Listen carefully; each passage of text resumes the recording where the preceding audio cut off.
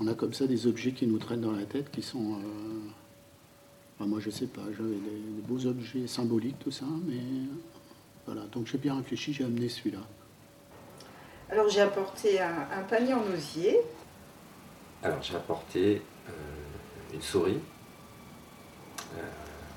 faite à partir de chaussettes, visiblement. Je n'ai pas apporté d'objet, mais parce qu'il est trop gros. Parce que c'est un objet que je ne sais pas si je me le trimballe, je me le traîne ou il m'accompagne, mais de déménagement en déménagement, je me balade avec un piano, un quart de queue. J'ai apporté un livre. Alors l'objet que je vous ai apporté, c'est un chapeau. Ce que j'ai rapporté, c'est un râteau. Alors c'est un objet qui est un cendrier, un vide-poche, je ne sais pas trop, qui m'a été transmis par ma grand-mère paternelle. Donc c'est une écharpe qui lui a été remise pour la Légion d'honneur. Il était fier, il était super fier, super fier. Voilà, c'est un petit objet que je vous ai ramené. Alors j'ai apporté une cuillère à thé. Alors j'ai apporté 2 objets qui m'ont été transmis par mon père. Donc ces 2 objets, c'est sa plaque d'immatriculation dans le stalag 1A, sous le numéro 5080. Donc c'est sa plaque de prisonnier, voilà, que j'ai retrouvée, avec un petit carnet écrit, alors là il faut vraiment que je me penche, hein, écrit avec une espèce de crayon de papier mais violet, qui est un carnet de chansons. Alors, j'ai apporté une passoire qui me vient de ma grand-mère.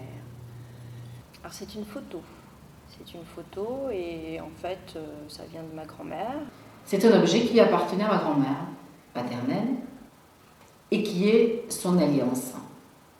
Alors, c'est un objet que j'ai récupéré à la mort de ma grand-mère. C'est un objet qui appartenait à son mari, qui n'est pas mon grand-père, mais qui symboliquement est mon grand-père, puisque j'ai toujours considéré comme mon grand-père. Et en fait, c'est un livre de Georges Marchais sur le programme commun, voilà, dans les années 70, édité par le Parti communiste. Alors, bon, j'ai apporté aucun objet. C'est un objet vraiment qui est assez extraordinaire. Et c'est un objet qui représente un autre objet, que je n'ai pas, mais que je ne pourrai jamais avoir, puisque cet objet a disparu. Mais cette pierre-là que j'ai récupérée moi-même représente au fond celle qui a disparu.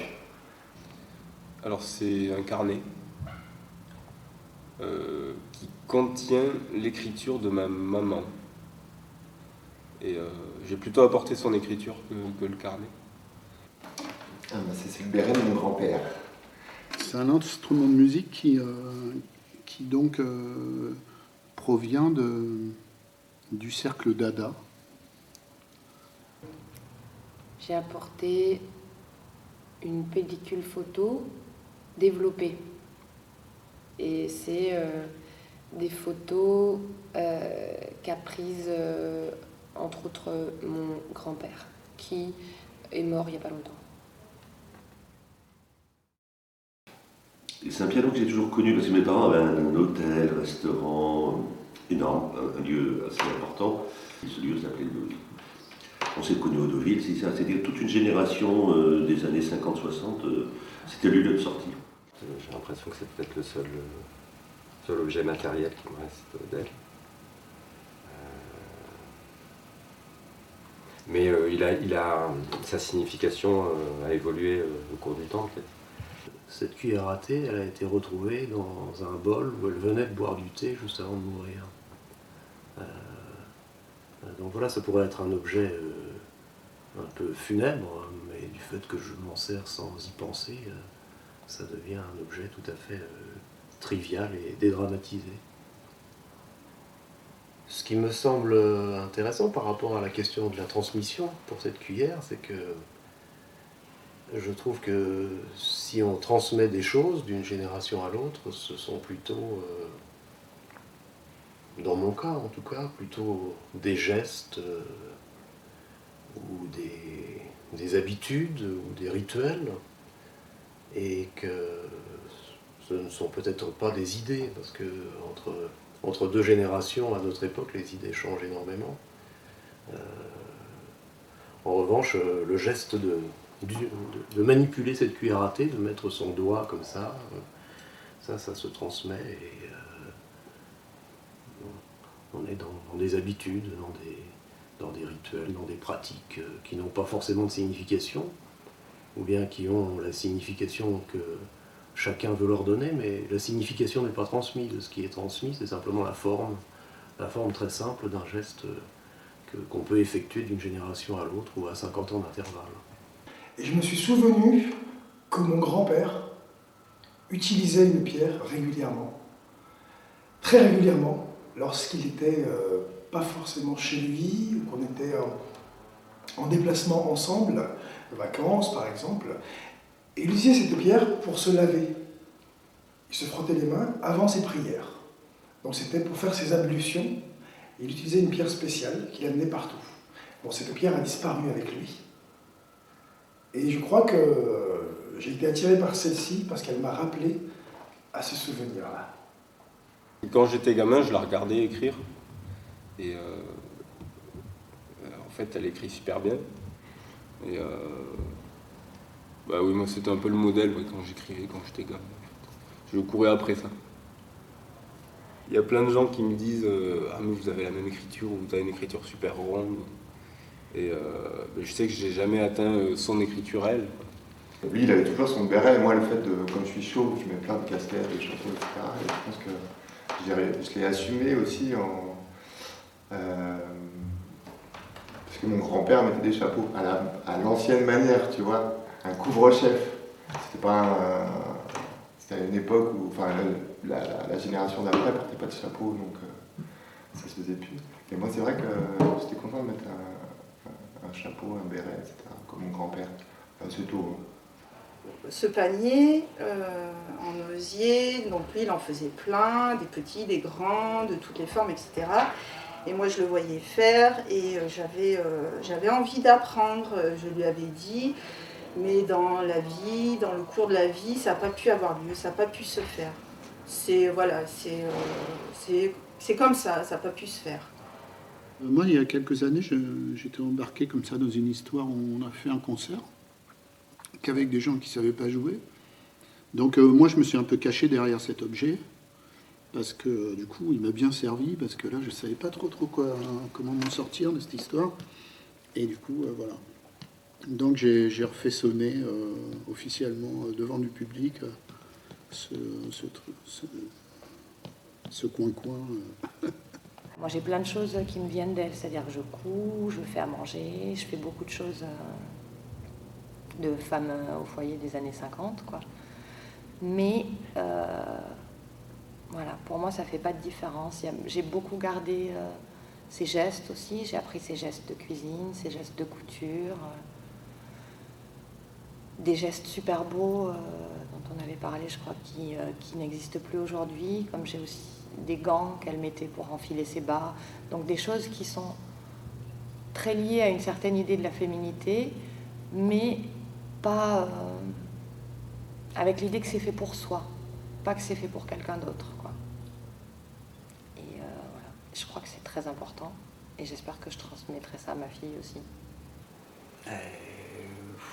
Mon père, ma foi, c'est déjà dans les petits chromosomes, mais ça s'est passé à l'intérieur. Il y a quelque chose qui fait que on a une aiguille, un tout petit machin, des coups, des rideaux, on sent que c'est là-dedans, quoi. Il y a tout il y a du grand-père encore là-dedans, bien sûr. Et le père maintenant, sûrement, qui veut par là, quoi, qui j'espère, quoi, qui veille un peu sur nous, si ça peut se passer comme ça, c'est super. Hein. Elle m'a un peu parti au début de la couture, parce qu'on se faisait nous les vêtements de punk à l'époque, ça n'existait pas, il faisait les coudes. Donc je me faisais mes pantalons moi-même, des petits trucs, des machins, un peu de la mère qui était un peu couture, donc un peu le père qui était pareil. Et après tout de suite j'ai commencé à bricoler avec les outils du grand-père, et j'ai fait les ramener avec les vieilles clés, les clabolettes. C'est un objet qui est la clabolette, et toujours, même là je le porte en t-shirt, la clabolette c'est le symbole, le premier outil que j'ai eu tout petit, à démonter les vélos, à démonter les roues, à remonter, tout démonter, puis le manuel, pas de les outils. Et c'est bien, le fait d'avoir transmis peut-être ça à mon fiston, lui aussi il a chopé le truc manuel, quoi. C'est pas mal, ouais. Quand j'étais enfant, on voyait une centaine de cousins, d'oncles et de tantes. Et puis, dans les années 1970-1980, tous ces gens se sont éparpillés partout en France, et puis j'ai cessé de les voir.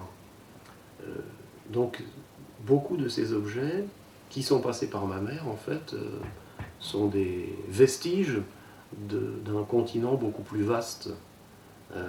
Et l'héritage de ma mère, de ce point de vue-là, fonctionne un peu comme un goulot d'étranglement par rapport à un monde assez vaste qui s'est réduit à des objets appartenant à ma mère et qui m'ont été transmis. Donc les choses que je garde évoquent non seulement une personne, mais des centaines de personnes.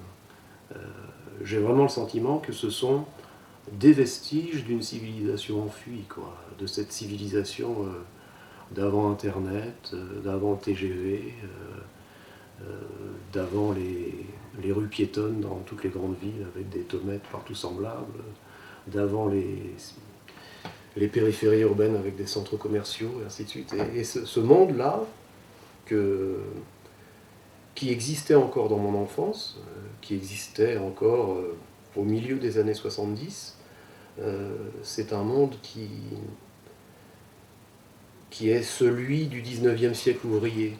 C'est-à-dire quand on lit Émile Zola, quand on voit les films de Jean Renoir, par exemple, donc là on est dans les années 1870 ou bien 1920-1930, on voit ce monde-là. Et moi j'ai connu la fin, l'extrême fin de ce monde-là, les dernières vaguelettes de ce monde-là en train de disparaître.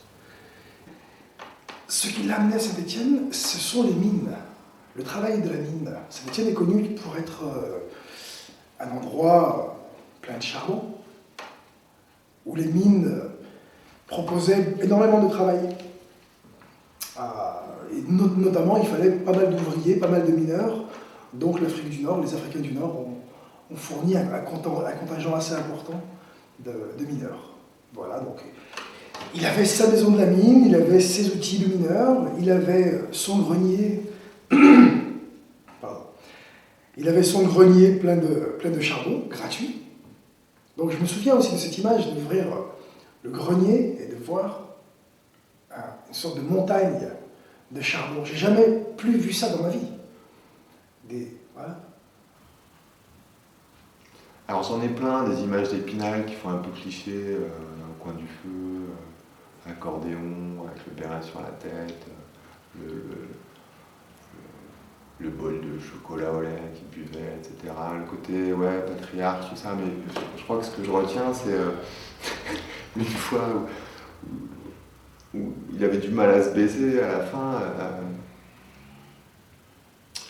et entre sa maison et son atelier, à un moment, il voit un espèce de truc par terre, il baisse. Et il ramasse un truc, un clou rouillé,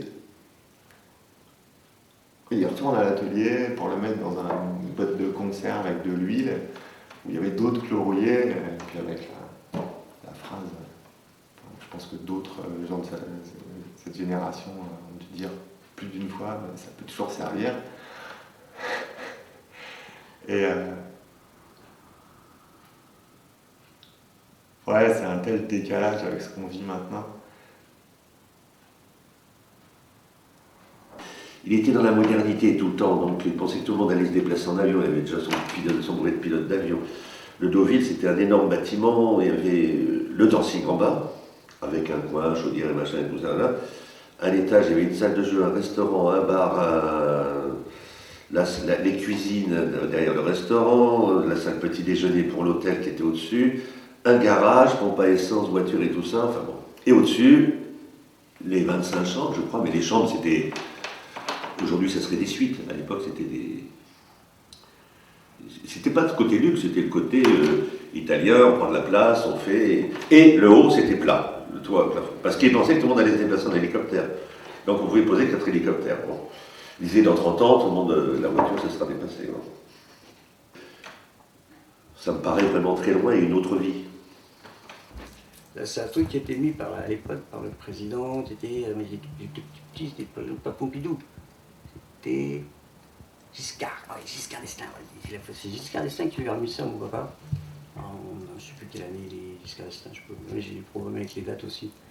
Donc pour le fait d'avoir bien travaillé à la ville de Paris en tant que décorateur, tapissier, restaurateur.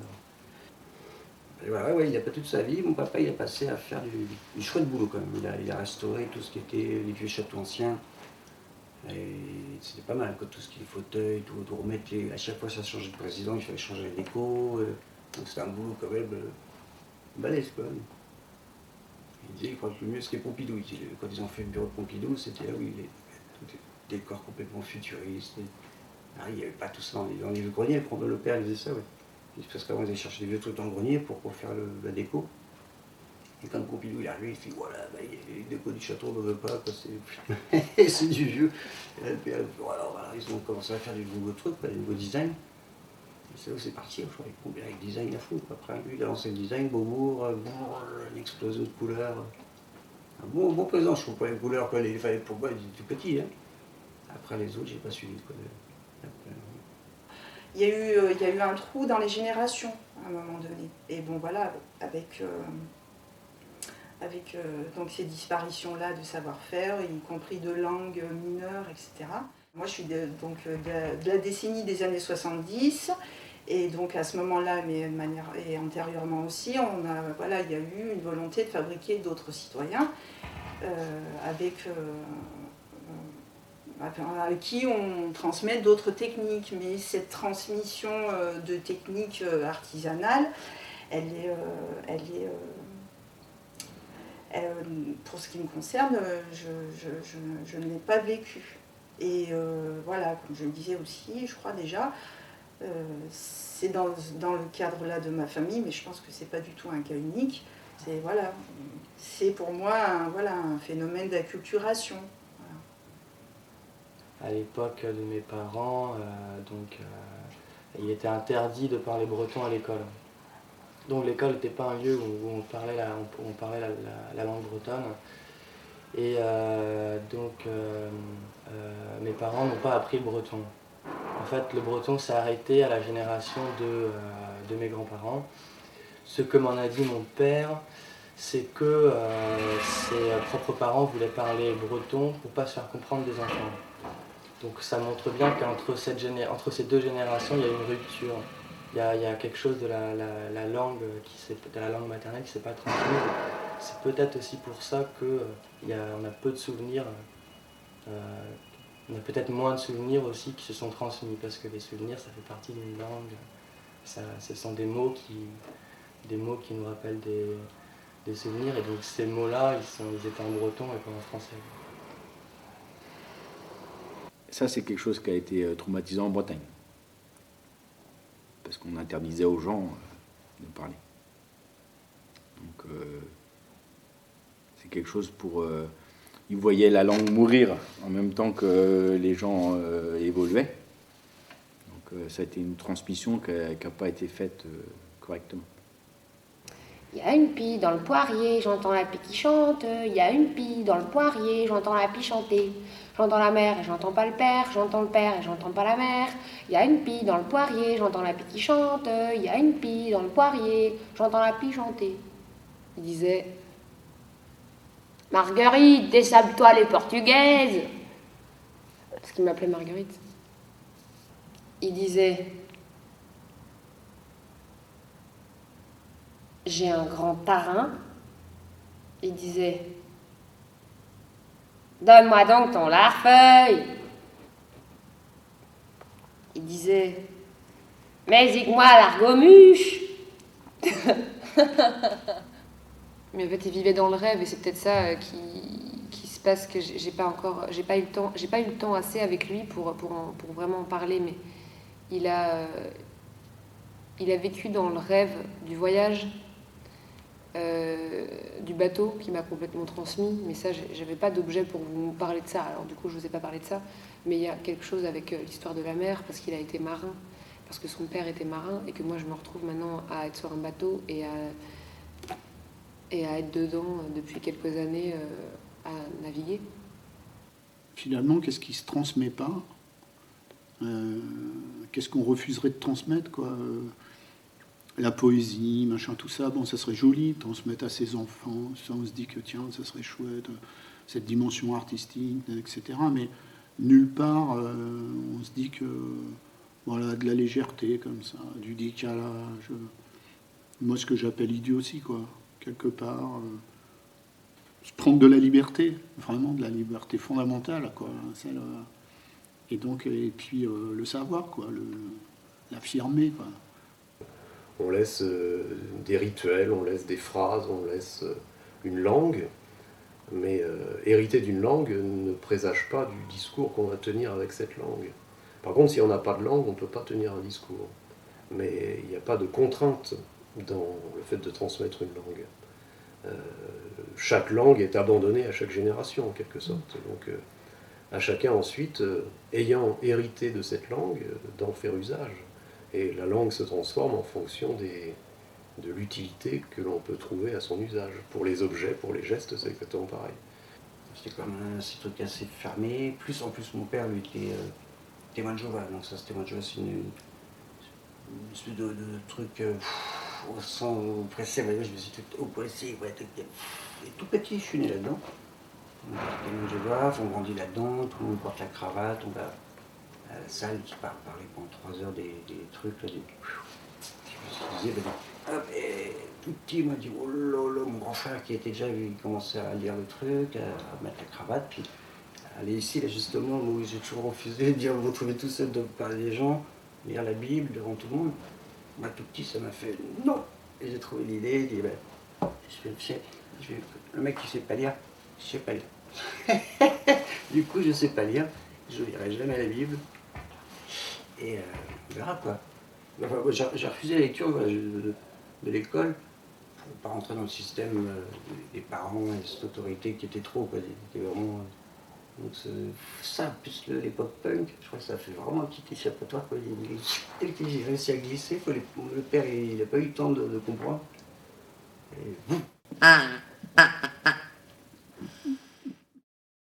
Elle est née en 1898 et pour sa génération, c'était une grande et belle femme avec beaucoup d'allure. Et cette alliance, en fait, ce n'est pas celle de son mariage, parce que, autant que je me souvienne, dans la tradition en Catalogne, elle habitait Barcelone avec son mari, on n'achetait pas d'alliance. Ils sont partis d'Espagne au moment de la guerre, sans rien, parce que les pauvres choses qu'ils avaient, on les leur a piquées sur la route. Donc du côté de mon père comme du côté de ma mère, ce sont des réfugiés politiques de la guerre d'Espagne. Et ma grand-mère a été veuve assez rapidement, mes deux grands-pères sont morts de désespoir, on peut dire. Et mes parents, parce que ma grand-mère paternelle vivait avec son fils le plus jeune, le dernier marié, donc mon père.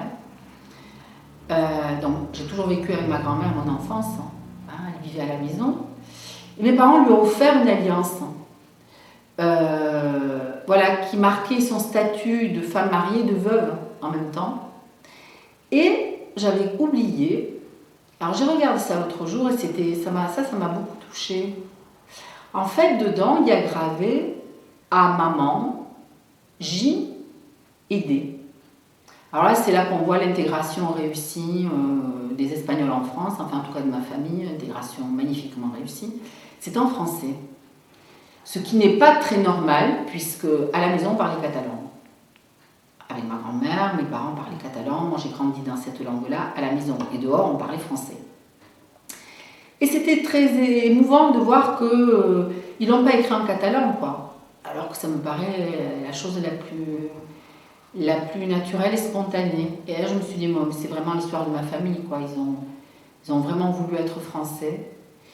Et en fait, ce qui m'est vraiment transmis là-dedans, c'est ça, je crois. C'est ce « à maman » qui est en français, qui n'est pas « à la maman » ou « à la mère », qui aurait été plus attendu. La transmission, pour moi, c'est ça. C'est le goût de la langue, en fait. Le goût du français, quoi, qui est fort chez moi, vraiment. Et parce qu'il y a ce déplacement, parce que je ne suis pas tout à fait d'ici, et que ça aussi, je ne m'en suis pas rendu compte immédiatement, que j'avais une façon d'être, de faire, qui était pas vraiment d'ici, quoi. Elle passait beaucoup de temps en France, elle allait me chercher à l'école, par exemple, je me souviens avoir eu honte d'elle, ça m'est arrivé, je voulais pas qu'elle aille me chercher juste vraiment devant l'école parce qu'elle parlait pas français. Il y a un souvenir assez fort aussi, donc dans la même ville, donc c'est à peu près au même âge. On rentre de l'école, dans une petite rue, complètement vide, et tout d'un coup on voit une vieille dame par terre, allongée sur le trottoir, ou à moitié sur le trottoir, à moitié sur la route. Et du sang, un peu de sang. Ça m'évoquait quand même la mort ou quelque chose qui n'était pas très attirant. Et là, elle a été vers elle, enfin, elle l'a relevée, elle m'a demandé. Enfin, moi, j'ai peut-être fait à ce moment-là interprète, parce que c'est vrai que ça m'arrivait souvent, du coup, quand on était en France, de parler en son nom, justement. Donc c'est vrai que comme je traduis des textes, je suis encore dans... Oui, il y a encore cette part de va-et-vient, de transmission, parce que c'est vrai que la traduction, c'est peut-être ça aussi, c'est de transmettre. Donc dans la transmission, il y a aussi une réécriture, il y a un décalage. Peut-être que c'est lié, j'y avais pas pensé.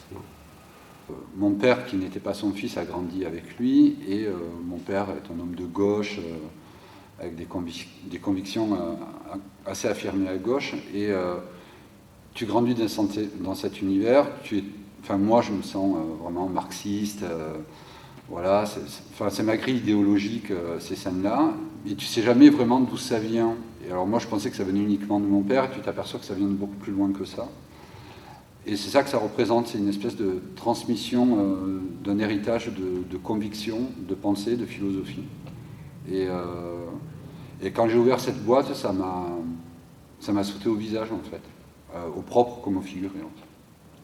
Et là, je me suis dit, mais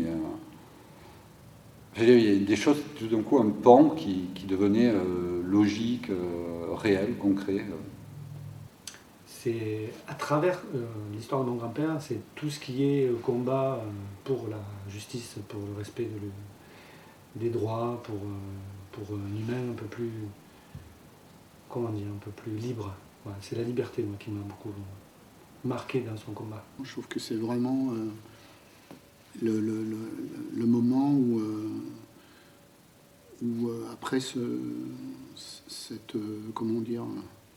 cette table rase qui avait été faite sur les sociétés et sur tout, quoi. D'un seul coup, il y a des gens qui se disent voilà, tout a été ravagé, donc continuons et puis essayons de réinventer là-dessus. Et donc, je trouvais ça formidable, tout ce qui s'est ouvert à ce moment-là. Du côté maternel, ma famille était très marquée par le Front populaire. Donc, je suis toujours ému quand je lis des choses ou quand je vois des choses qui sont liées au mouvement ouvrier, disons depuis la Révolution française, la Commune de Paris, le Front populaire. C'est une rhétorique qui me touche. En même temps, je sais parfaitement que les discours qui ont été tenus à cette époque ne peuvent plus être tels quels tenus à la nôtre. On n'est plus du tout dans la même époque. Voilà. Donc, que faire de cette rhétorique, de ces symboles, de ces gestes qui m'émeuvent et qui relèvent de mon identité, de mon héritage?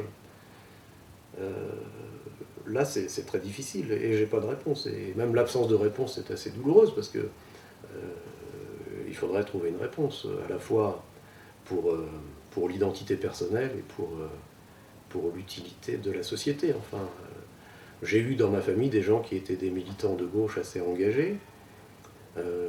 Ça n'est pas mon cas. Donc la fidélité voudrait que moi-même je sois dans un certain militantisme réinventé qui puisse fidèlement renouveler cette flamme en lui donnant une nouvelle direction, une nouvelle signification adaptée au monde d'aujourd'hui. Or, ça n'est pas le cas. Ça n'est pas le cas peut-être parce que j'en suis incapable ou peut-être parce que notre société et le monde actuel manquent de lisibilité par rapport à des prises de position militantes. Mais là, je suis dans un problème d'impossibilité de la fidélité. C'est une photo qui date de 1936. Elle travaillait à l'usine avec les hommes. Voilà. Elle représente le féminisme. Le fait que ma grand-mère ait été une des premières femmes à l'usine, à mettre des salopettes entre autres, et à travailler dans cet univers d'hommes. Voilà. Donc ça, c'est la première représentation. Est-ce que ça... Pourquoi ça a de l'importance pour moi? Parce que ça représente ce que moi, en tant que femme aussi, je voulais être, c'est-à-dire montrer que moi aussi j'ai de la force et que je peux être et faire un travail aussi comme un homme. Bon, même si aujourd'hui c'est plus pareil, puisque les femmes dans la société font les mêmes activités que les hommes. Et donc c'est important pour moi, c'est un symbole. Elle venait d'une famille où il n'y avait pas beaucoup d'argent et pour elle c'était important de travailler. Mais c'était pas, en tout cas le fait de préparer des super bonnes choses à manger, de s'occuper des gens, c'était pas une contradiction. C'était pas une contradiction avec le fait d'être une personne libre ou de... Voilà, c'était pas... Il n'y avait pas cette dichotomie qu'il peut y avoir maintenant entre... soit on fait les choses pour les autres, on est une femme comme il faut, soit on est libre. Elle pouvait faire les deux, quoi. Ce qu'on attendait des femmes, c'est qu'elles restent et qu'elles attendent leur mari, ad vitam aeternam, ou parce qu'il était à la guerre, ou parce qu'il était marin. Et pourtant, elles, quand elles étaient sur place, c'est elles qui faisaient tourner tout. C'est elles qui faisaient tout. Et pourtant, elles étaient soumises à une autorité paternelle ou patriarcale, on va dire. Et donc d'enlever cette coiffe, c'était un peu... je fais un gros bras d'honneur et je vis ma vie. Elle s'appelait Jeanne et elle disait toujours Jeanne, la femme du peuple. Voilà. Comme si son prénom était un symbole d'une femme du peuple, ce qu'elle était, effectivement. C'était en 1901, elle a commencé à travailler à 13 ans, c'était en 1914. Hein. Donc voilà, donc une femme dure, à la peine, ne s'arrêtant jamais. Elle était tout le temps en mouvement, elle faisait toujours des choses. C'est quelqu'un qui a toujours progressé en sortant du rang. Voilà. Elle a toujours eu l'idée que son fils plus qu'elle, et ses petits-enfants plus que son fils. Et elle nous a inculqué ça, c'est-à-dire que par rapport à nos propres enfants, on ne devait jamais les lâcher sur l'école, parce que l'école, c'est la clé de voûte. Voilà, et que les femmes qui travaillent, ce n'est surtout pas une honte, c'est aussi une façon d'exercer leur liberté. Qu'elle avait cette idée que... et elle a écrit des choses très belles là-dessus, sur la place des femmes dans la société. Et elle qui a vécu 2 guerres, celle de 14 et celle de 39, elle disait toujours que c'était scandaleux que les femmes aient été les secondes de leur mari, qu'elles ne votent pas. Alors, elle n'était pas suffragette, c'est-à-dire que c'était pas le genre à aller manifester dans les rues, hein, du tout.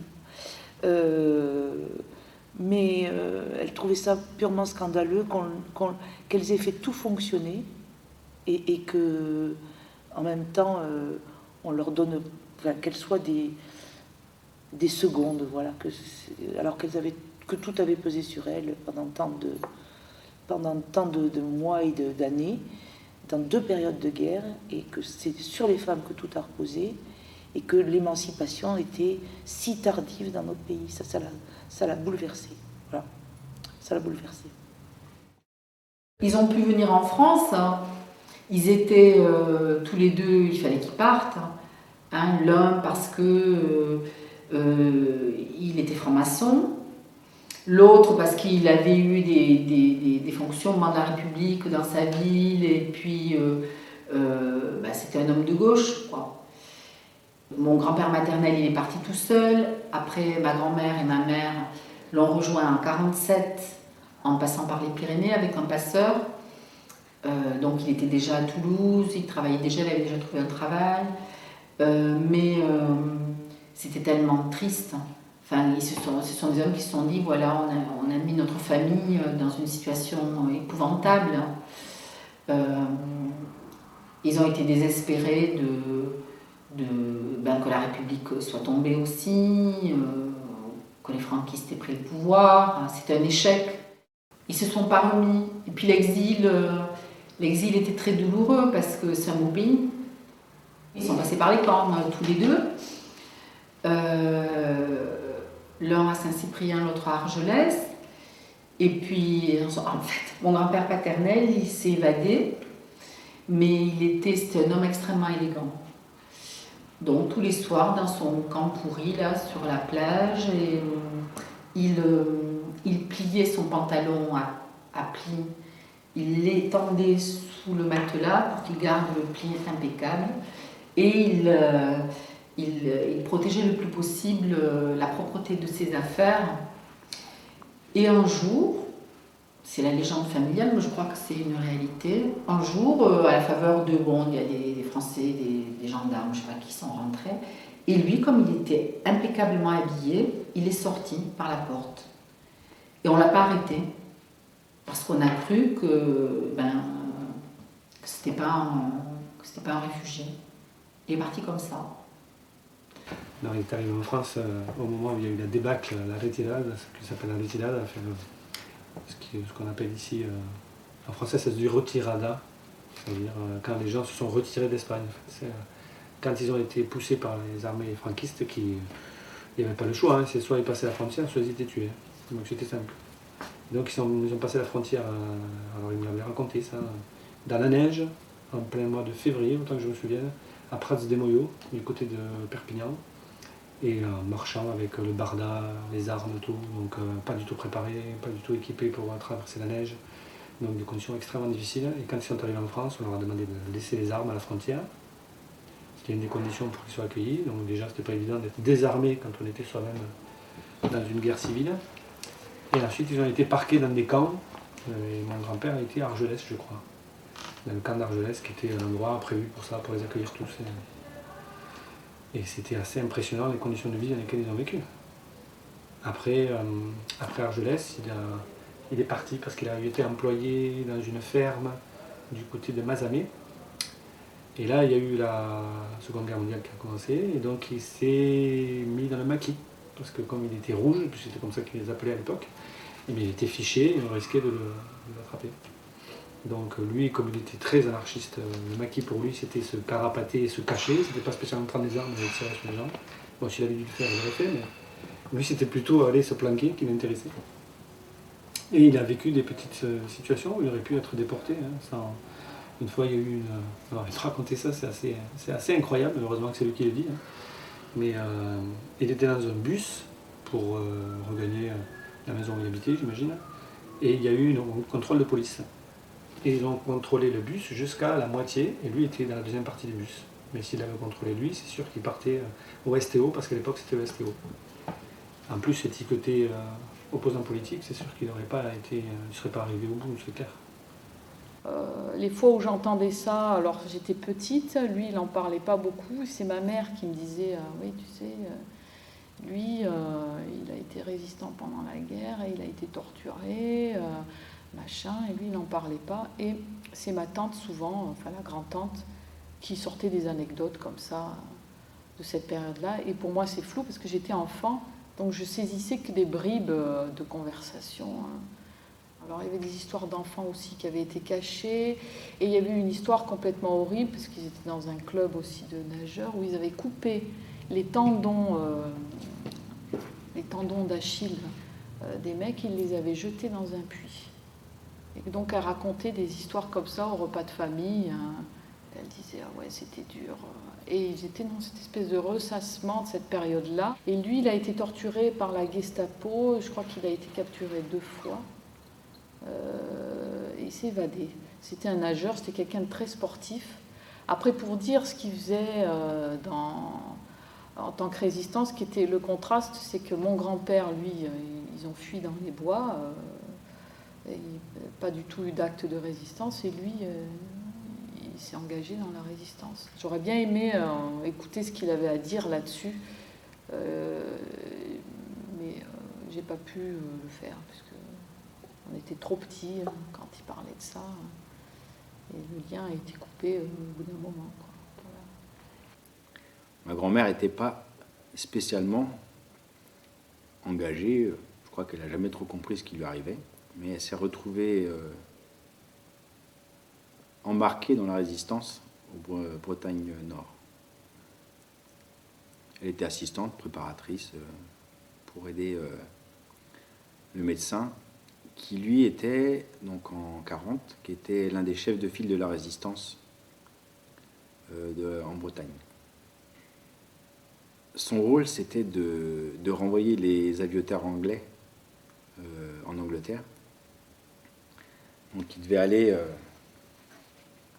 récupérer les Anglais, et ils allaient sur les plages à Ploua. C'est des grandes plages avec des grandes falaises où ils pouvaient se cacher dans les cailloux.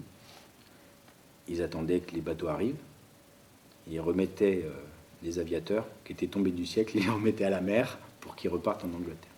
Et son rôle, c'était d'appeler les Anglais, de transmettre les communications. Et un coup, elle allait appeler au téléphone. Seulement, la maison dans laquelle habitait ce dentiste, c'était l'une des plus belles. Donc c'était une qui était occupée par un colonel allemand. Et le colonel suspectait quelque chose, mais il n'avait jamais réussi à les pincer. Et un coup, elle prend le téléphone, et au moment où elle va parler en anglais, il y a quelqu'un qui lui a fait un signe, en disant « Regarde là », et le colonel espionnait, le colonel allemand. Et donc là, je crois qu'elle a eu la fausse de sa vie, et elle s'est rendue compte que là, elle faisait quelque chose qui était vraiment dangereux. Mais sinon, c'était plus dans la résistance par inconscience, mais elle l'a fait. Mon père a été soldat, a été appelé au moment de la guerre de 40, cette drôle de guerre, puisqu'il n'a jamais tiré une balle avec son fusil, vu que les balles ne correspondaient pas au fusil.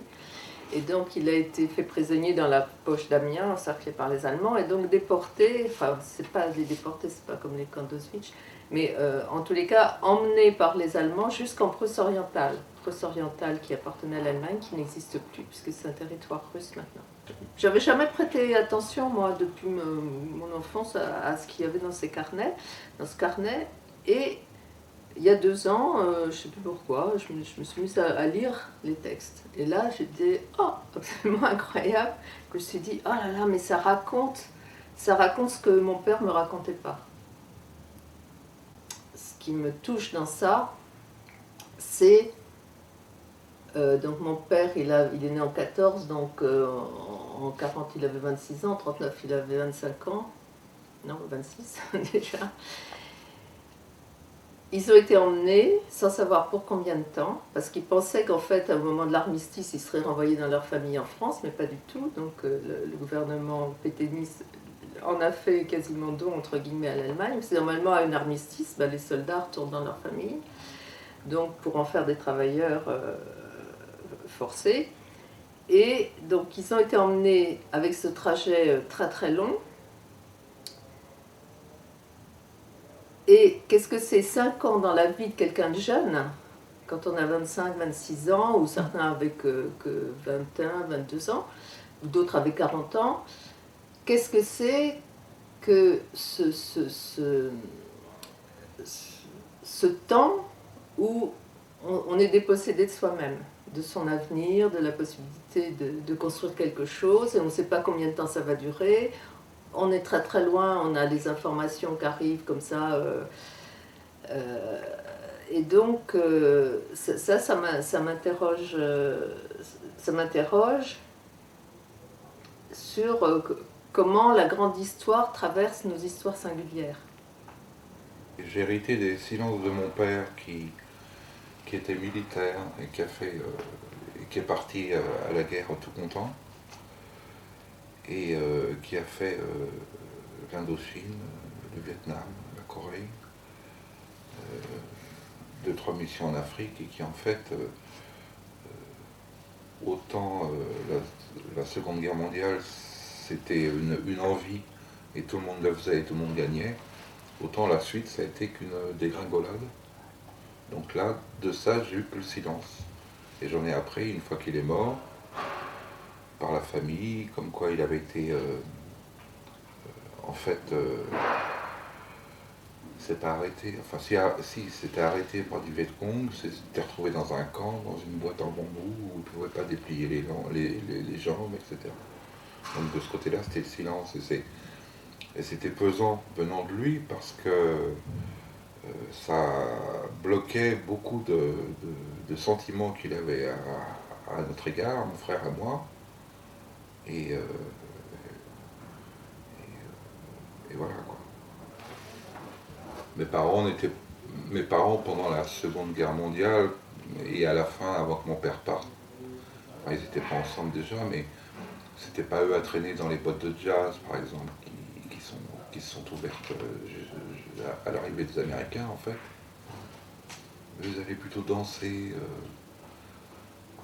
je sais pas quelle danse, mais c'était plutôt des clubs avec orchestre, et puis tout le monde dansait comme ça. Mon père est arrivé très tôt en France, il a fini par être français pour faire la guerre, parce qu'il était antifasciste, donc il a fait la guerre dans l'armée française, mais enfin bon, la guerre, il était capitaine à un moment donné de notre truc, je pense. Enfin, avec la grande douleur de tirer comme son pays, parce que lui était quand même italien, quoi. Hein, donc, bon, il n'était pas au front italien, mais c'était une douleur historique. J'ai un souvenir gamin de deux, trois trucs où il ne fallait jamais parler de la guerre. Donc ça c'est très étrange, parce que gamin, moi je me suis fait traiter de rital dans la cour de l'école. Mais pas de rital ou de spaghetti, parce que c'était quand même un Italien qui avait fait un gros truc dans la ville. Vraiment comme tous les trucs sur le coup. Dans cette ville, il n'y avait pas grand-chose, mais il y avait les glaces Mico. Les glaces Mico, c'est le siège de la ville où il y avait les glaces Mico. Mico, c'était Ortiz, c'était un Espagnol. Donc il y avait ce fameux Deauville et les glaces Mico. Alors c'était les immigrés qui ont relancé la ville, quoi. Ça c'est important, parce que dans l'histoire des petites bourgades, où on est fier de notre bourgade et on ne bouge pas, et à part des petits commerces, il a fallu un peu des immigrés pour relancer l'économie. Et Mico, bon, même si c'était vendu, machin, tout ça, mais ça a été énorme. Ces glaces Mico, toute ton enfance, tu avais les glaces Mico, les congélateurs Mico, les Mico-ci, les Mico-ça. Bon, c'était une aventure économique forte. Il y avait des tracteurs McCormick, cette fameuse ciment où il n'y a plus grand monde dedans. Et puis, en tout cas, sur le plan de l'image de la ville, et il y avait ce Deauville qui, pendant 20 ans, 20 ans, a fait vraiment les petits papiers de toute la presse locale.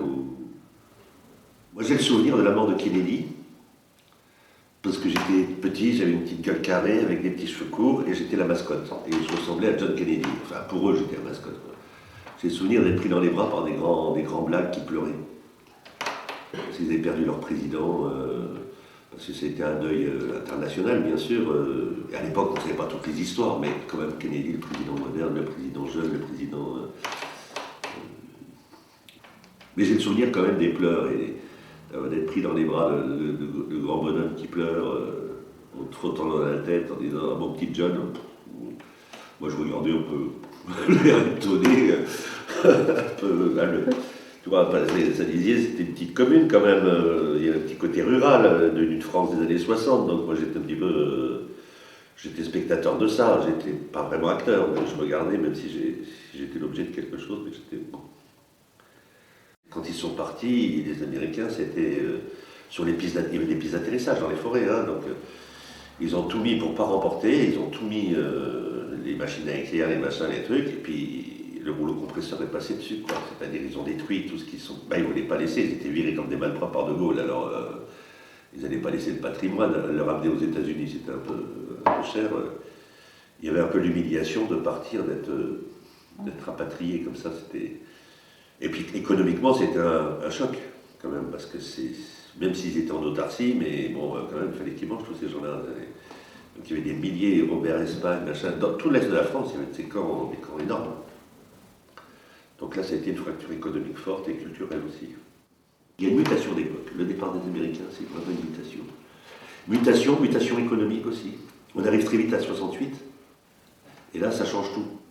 Et là, moi, je découvre le monde. Par contre, j'ai 9-10 ans en 68, je découvre le monde. Je ne savais pas qu'il y avait le monde avec toutes ces questions-là autour. Hein. Moi, j'étais dans un havre rural, de paix, de petites histoires, de glorioles, de choses petites et grandes, mais je ne savais pas du tout que le monde existait. C'est 68 qui a fait que, par les informations, tout le monde était paniqué. Quoi.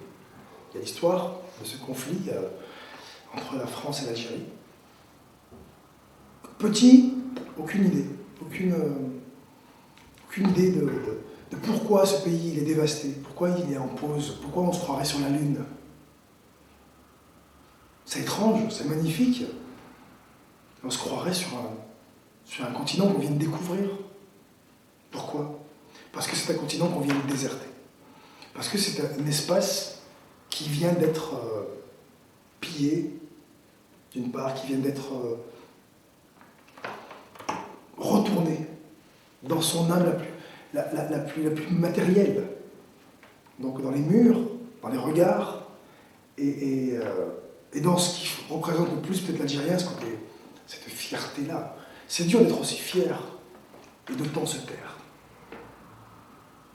Parce qu'on se tait là-dessus. Personne n'en parle. Personne ne sait comment même dire. C'est une incompréhension totale. Donc une difficulté à transmettre la réalité. Je me souviens de ces mots. Tu sais, à l'époque on était français, ma mère me dit. J'étais française quand j'étais petit. Ah bon, t'étais française, maman? Oui, t'habitais où? En Algérie. J'étais française en Algérie, puis maintenant j'ai eu une carte de séjour avant de redevenir française en France. Mais tout ça, c'est beaucoup demandé quand même à un cerveau humain que d'être, que de plus être, que d'être un peu plus. Voilà, à cause de quoi? De frontières, de déplacements, alors que toi-même, au fond, t'es toujours le même. Donc il y a un peu cette dissociation. Et je crois que ces événements-là, en fait, ils ont créé beaucoup de schizophrénie. Beaucoup de douleur, mais pas une douleur devant laquelle tu te rebelles. Une douleur devant laquelle tu ne sais même plus comment répondre. Une douleur incompréhensible. Voilà, quelque chose d'insidieux, une sorte de cancer qui s'installe petit à petit. Et que dès lors que tu l'as un peu compris, c'est qu'il est bien installé déjà. C'est que pour le soigner, ça va être compliqué, il va falloir plusieurs générations. Donc moi, aujourd'hui, je me dis que ça, c'est peut-être un point important et intéressant à aller voir. Voilà. Un peu comme le peuple juif qui œuvre vraiment beaucoup, dans le sens de la compréhension, de la transmission, de l'analyse de ce qui a pu se passer. Je crois que il est bon d'y aller. Mais on est en France. Et c'est compliqué parce que c'est douloureux pour tout le monde. C'est pas douloureux que pour les Algériens. C'est douloureux pour les Français aussi. Voilà. Il en reste quasiment très très peu qui soient en mesure encore de témoigner. Donc c'est les enfants, c'est nous qui faisons ça, c'est nous à la retraite qui nous penchons sur la question pour faire exister cette mémoire. Donc il en reste ça, puis il reste voilà, qu'il faut que l'histoire elle soit dite, quoi. Y compris pour cette population allemande qui a été vraiment massacrée, quoi. Qui a été massacrée, alors que c'est pas dans les codes de la guerre de massacrer la population civile. Ceci dit, on voit bien ce qui se passe en ce moment, code de la guerre. Mais enfin, Staline avait quand même signé les conventions de Genève, normalement. Certains... Alors, ce qu'il faut dire aussi, justement pour que cette histoire, elle soit... que tout soit dit, les prisonniers russes qui étaient détenus par les Allemands, quand ils ont été repris par les Russes, ont été envoyés au goulag. Parce que pour les Russes, un soldat, il devait mourir, mais pas se rendre. Donc, les Allemands ont fait leur histoire par rapport à ce qu'était le nazisme. Je pense qu'il reste encore à faire celle de l'URSS. Moi, j'en ai lu plein de bouquins sur la guerre d'Espagne. C'est un moment bien particulier où il y a eu une expérimentation sociale qui vraiment me correspond vraiment. Ça ressemble un peu à 68, toute proportion gardée. C'est-à-dire, c'est un moment où tout était possible. Où vraiment on pouvait vivre ensemble sans qu'il y ait les contraintes de l'Église, surtout en Espagne, tout ça. Donc chacun pouvait, alors évidemment avec les tensions que ça génère, il n'est pas d'accord sur la façon de faire, d'accord, ça génère des tensions. Mais au moins c'est possible. Aujourd'hui, ce qui est grave, c'est qu'on a l'impression qu'il n'y a rien de possible. Rien d'autre que ce qu'on nous dit. Mais ça, c'est la fin de la pensée, quoi. C'est la fin de l'individu. Ben, moi, je refuse. Je ne suis pas d'accord. Moi, je ne pense pas qu'il n'y ait qu'une seule façon de voir les choses. Pas du tout. Pas du tout. Au contraire. Après, que ce soit plus difficile, plus engageant, oui, sans doute. Mais c'est ça aussi qui fait la richesse de l'individu. Hein, on n'est pas là pour subir. On est là pour essayer de trouver des solutions, même provisoires, en tout cas, d'essayer de trouver. Et ce qui m'étonne beaucoup, c'est que les livres, c'est intéressant. Mais quand les gens racontent, c'est quand même autre chose. Pourtant, c'est de toutes petites choses, souvent de petits détails. Mais c'est ça qui fait l'intérêt de l'histoire. À partir de là, l'imaginaire peut travailler d'une façon assez joyeuse, assez chouette et en rupture avec ce qu'on connaît du début du XXe siècle, où moi aussi, mes grands-pères ont baigné dans toutes les catastrophes de... Voilà. Dans notre lignée, au plus loin qu'elle remonte, il y a forcément de la violence. Et je me dis, quand même, moi qui trouve que j'ai une chance formidable, que j'ai une vie géniale, que c'est que du bonheur, je me dis, mais quelle résilience accumulée pour arriver à ce qu'on soit heureux quand même. Avec tout ce qu'on se trimballe, d'où on vient, quoi. On est les héritiers de la famine, de la maladie, du désespoir, de l'aliénation, du mépris, de la violence, surtout les femmes évidemment. Et je me dis, on arrive à être qui on est, c'est-à-dire capable de communiquer, d'aimer, de créer, de faire du beau. Je trouve ça génial quand même. C'est ça qui reste en fait. À partir du moment où on a côtoyé des gens, on est né sur cette terre et on a vécu une vie, forcément on a déplacé quelque chose et forcément c'est comme une écriture dans la matière et même dans le réel, dans le monde, qui peut être un petit souffle comme ça, une petite virgule, mais ça a été là et ça demeurera toujours. Donc je pense que malgré le fait qu'on ne supporte pas tout ce qui est lié à la mort, nous occidentaux, il y a quand même quelque chose qui est de l'ordre de l'infini ou de l'éternité, une fois qu'on a fait ce passage-là, puisque la vie c'est qu'un devenir et qu'un passage, et que de toute façon, même si nous, psychiquement, ou de manière en tant que sujet, en tant que personne, on n'existe plus parce qu'on n'est plus là, ben on retourne à la nature et on devient autre chose. Et tout ça de manière infinie. Du fait qu'elle ait été là, elle est forcément un peu partout. En nous, dans nos mémoires, ou dans qui on est. Il y a quelque chose de l'ordre de... Je me dois de continuer à dire, non pas ce qu'elle n'a pas dit, mais à dire ce qu'elle disait, peut-être. Je sais pas, c'est pas exact, pas dans le contenu, mais dans la langue, quoi, je sais pas, dans parler pour ceux qui n'ont pas parlé, mais qui ne parlent plus, ou je sais pas, quelque chose comme ça. Et puis c'est drôle parce que tu arrives à faire le deuil de plein de choses, surtout quand les gens, tu les vois courir après une mémoire qui n'est pas la leur. Alors finalement, est-ce que c'est pas ce qu'on fait avec l'histoire qu'on a de nos grands-parents? J'en sais rien, on prend ce qui nous intéresse en fait. Il y a des choses qu'on veut bien laisser et d'autres choses qu'on prend. Voilà. Je sais pas. Donc voilà, je veux dire, la question de l'histoire, elle est à faire pour que dans la conscience des générations futures, ce ne soit pas un poids, ce ne soit pas un secret de famille. En fait, il reste ce qu'on veut bien s'imaginer à partir de ce qu'on nous a dit, quoi. Donc il reste plutôt un champ de l'imaginaire qui est assez joli et que cet objet étaye. Que reste-t-il de Pierre Oscar? Je sais pas. La chanson. Un rapport au temps, en fait, voilà. Ouais. Je crois que c'est l'âme bretonne. C'est ça qui m'a transmis. Quelqu'un m'a dit que les racines poussaient là où on mettait ses pieds. Ah, il reste plein de choses. Bah, déjà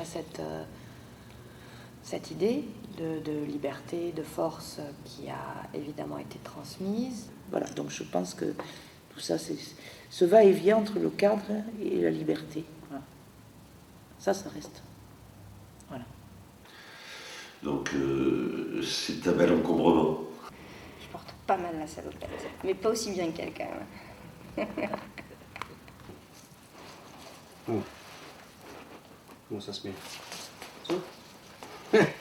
Au secours.